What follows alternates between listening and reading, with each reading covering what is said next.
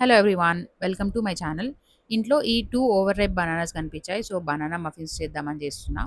Muffin ట్రేని already prepare చేసుకొని, ఒక బౌల్‌లో 2 బనానాస్, ఓవర్ రైప్ బనానాస్ ఏసుకొని, వాటిని బాగా మ్యాష్ చేసుకోవాలి. తర్వాత ఒక ఎగ్ బ్రేక్ చేసేసాను. మీరు 2 కూడా ఏసుకోవచ్చు. బనానాస్ పెద్దగుంటే. కానీ నేను ఒకటే ఏసుకున్నా.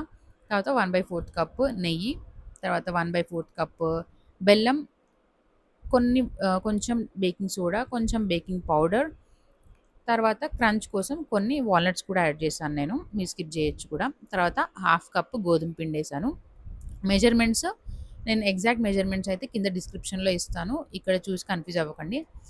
1/4 కప్ కోకో పౌడర్ ఏసుకొని ఇట్లా మొత్తం మిక్స్ చేసుకోవాలి. బ్యాటర్ ఈ కన్సిస్టెన్సీ వరకు వచ్చేలాగా గోధుమ పిండి అడ్జస్ట్ చేసుకోవచ్చు. తర్వాత మఫిన్ ట్రేలో మొత్తం ఈ బ్యాటర్‌ని అంతా ట్రాన్స్‌ఫర్ చేయాలి. Very easy recipe. పిల్లలకి చాలా బాగా నచ్చుతది. పిల్లలు బిలో 2 ఇయర్స్ అయితే కోకో పౌడర్ అండ్ బెల్లం స్కిప్ చేయండి. నేనిక్కడ ఆల్రెడీ ప్రీ హీట్ చేసి పెట్టుకున్న అవెన్‌లో 180 డిగ్రీస్‌లో 25 మినిట్స్ వరకి బేక్ చేశాను.